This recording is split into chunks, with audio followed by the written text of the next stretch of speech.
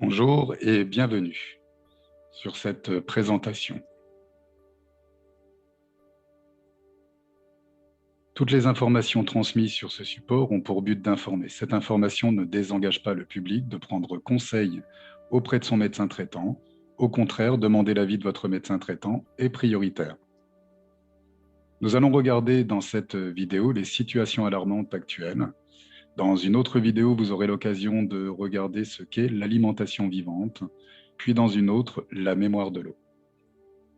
Commençons donc avec les situations alarmantes. L'alimentation continue sa dévalorisation nutritionnelle. En fait, depuis l'utilisation de l'agroalimentaire, les modes de fabrication, les modes de culture, les modes de transport, les modes de cuisson, tout ça altère notre alimentation. En fait, si on considère ne serait-ce que la vitamine A, une pêche de 1950 contenait la quantité de vitamine A nécessaire. Aujourd'hui, pour avoir la même quantité, il nous faut 35 pêches.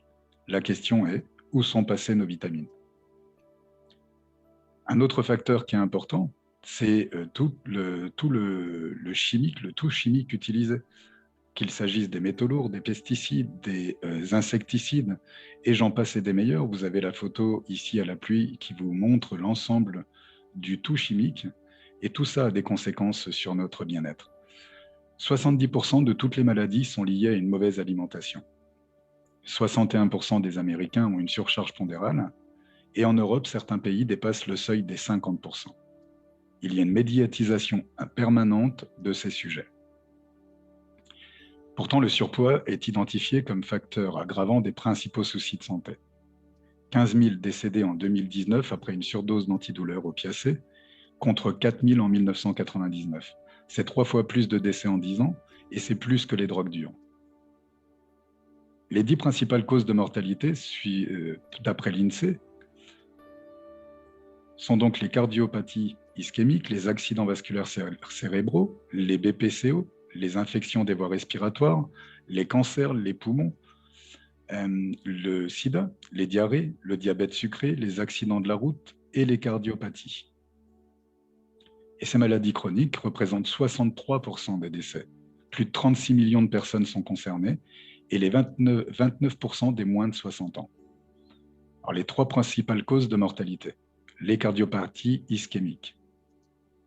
La deuxième, les accidents vasculaires cérébraux et les bronchopneumopathies chroniques obstructives, directement liées aux polluants domestiques, au tabac, aux polluants professionnels et à la pollution atmosphérique. Or, 70% de ces décès pourraient être évités en adoptant de bonnes habitudes alimentaires, holistiques et environnementales. Pourtant, les gens sont nourris par l'industrie agroalimentaire qui ne s'intéresse pas à la santé et sont soignés par l'industrie pharmaceutique qui ne s'intéresse pas à l'alimentation. C'est Wendell Berry qui nous le dit. Et ce qui est essentiel pour votre bien-être, il y a 12 facteurs.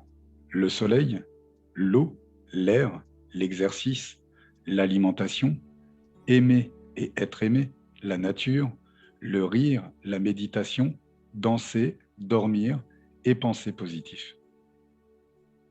Alors les dysfonctionnements sont nombreux. On a trop de toxines, on manque de nutriments, on a un déséquilibre acido-basique, on a de l'inflammation, on a un déséquilibre énergétique et on manque d'oxygène. Pourquoi? Parce que les facteurs qui affectent négativement notre santé sont dus aux radicaux libres. Les aliments transformés, le stress, la pollution atmosphérique, la pollution de l'eau, la mauvaise hygiène de vie, la pollution chimique et les effets secondaires des médicaments. À ceci s'ajoute la pollution électromagnétique. Alors, comment optimiser nos chances de bonne santé? Il est nécessaire d'éliminer le plus possible la chimie dans notre alimentation. Manger plus de fruits et légumes bio. Apporter des antioxydants. S'assurer d'une alimentation riche en nutriments. Boire 1,5 litre d'eau minimum par jour. Faire 2h30 d'exercice par semaine. Et respirer en pleine nature. Ce qui est conseillé par le Programme national nutrition santé, le PNNS, c'est de manger 5 fruits et légumes par jour. C'est une priorité de santé publique depuis 2001, puisque cancer, maladies cardiovasculaires, obésité, ostéoporose et diabète de type 2 sont concernés et c'est 29% des moins de 60 ans, encore une fois.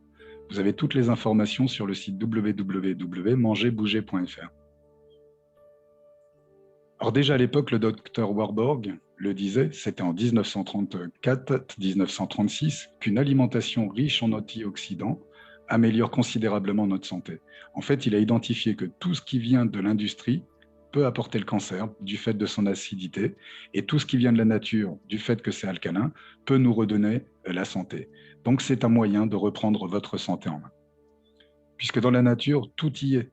Les fruits, les légumes, tout ce que l'homme faisait dans un premier temps, il était cueilleur et ramasseur.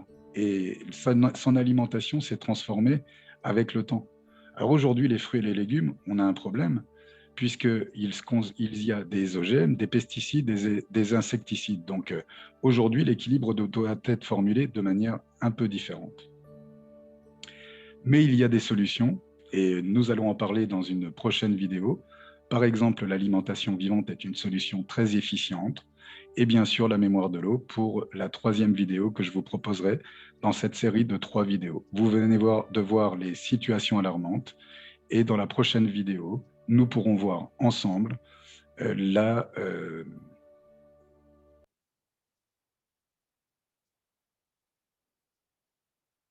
nous pourrons donc voir dans la prochaine vidéo l'alimentation vivante.